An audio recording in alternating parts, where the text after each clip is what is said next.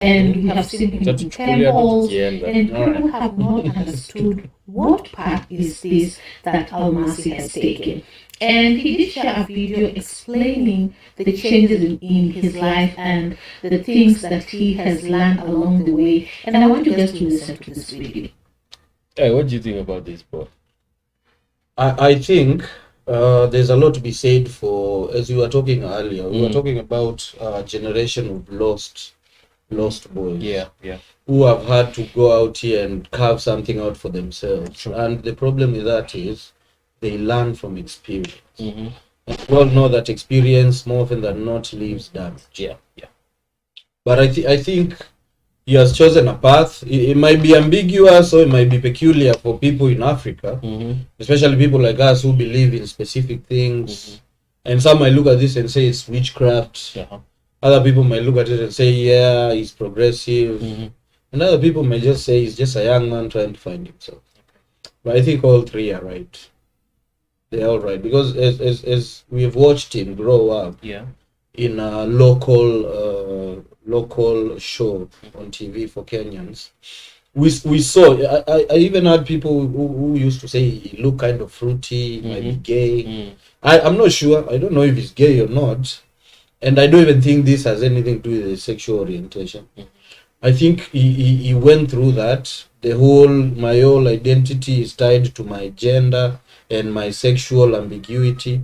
I think he realized there's nothing to that. Yeah. And this is just another stage of, like he said, trying to find himself. Okay, let's hear from him. See, in my life, I didn't really have a manual. I freeballed everything. I was a wild kid. My parents really didn't tell me anything. And I did what the hell I wanted to do.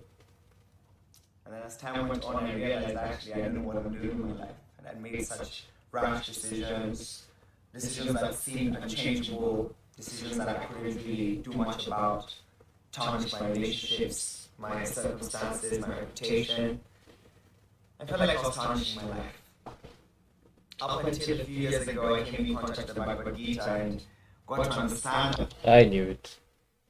that actually I can change all that around and situate myself in the right mentality, Religious ambiguity. have the right principles, and the right manual. You know, when you start sounding like this, just a pubic hair away from cults and I would cultish behavior. I'm calling it. It's already there. It's already there. It's already there. And this is a thing. Most people don't know anything about all this Hindu business.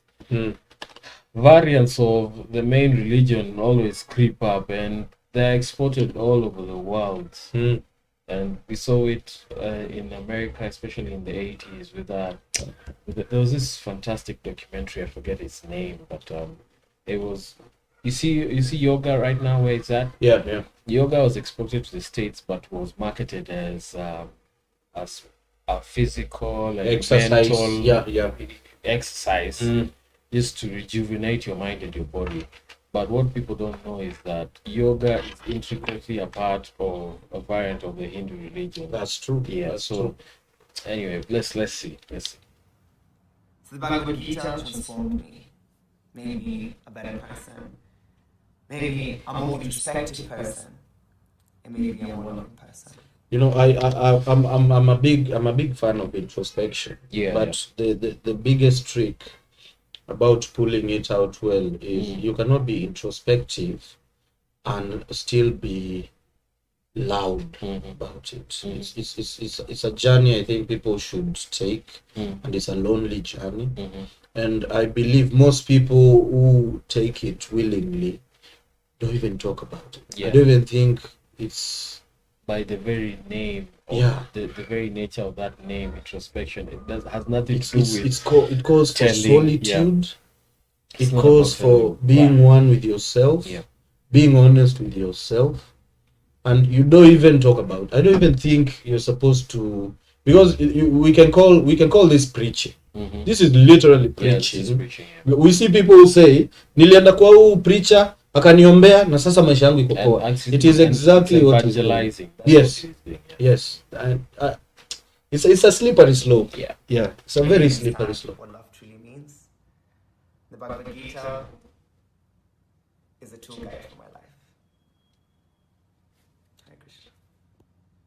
After listening, You see what he just said there, and I think he said something about Krishna. He's just embraced Hinduism without saying it. It's another religion. He's just found Hinduism. Yeah. And they're making him the poster boy in Kenya, because how many how many Kenyans are in Hinduism? And even if you find a local, how does that help you? And here's the thing that most people in religion use: you need to find somebody who is easily recognizable in a population and use them to advance that, right? But let's to that message, I was curious to know what is this Bhagavad Gita that made him change his ways and practices. And I found out it is among the most important religious texts of Hinduism and easily the best known. And it is also often used as an introductory text to Hinduism for the Western audience. For a long time, people were not understanding what he was doing, the path he was taking, him being in temples, his dress code has changed, the things that he does. You can see even how he dresses himself. He's totally transformed himself. But there's no difference between this and whenever I see Western people go balls deep into Buddhism. Yeah, there's no difference. It's the exact same journey. Yeah. Or retrospective ideology where someone says, I was this person and then I did this. And because it is so unique and a lot of people in doing it sounds so exotic. And it sounds so exotic, it means I've become a different person. The boy needed something to anchor his life, especially in light of what you just told me. And I really, one of the photos that he posed had some weird cult like satanic type connotations. He was looking for something to anchor his life. And one of the things that most people need whenever they are on a downward spiral is anything in Hinduism, because the emphasis is on the fact that they, unlike many other religions, they don't start coming out with the pushing the idea of one God or something. It comes out with, you can heal your mind, your body, your emotions can come and be in check, and it can bring peace to your life. And who is not going to listen to a message whereby you're being told, in a chaotic world or in your chaotic life, we can instill some element of peace and tranquility? Who's not going to follow that? And it's the same message that most of Hinduism and Buddhism comes with, by the way. But let's see. It is clear right now that he is practicing Hinduism, and that is the way of life that he has chosen. Being said, our African culture is a bit different, and our beliefs as well. So that's why many people are not understanding this path that ENN is in.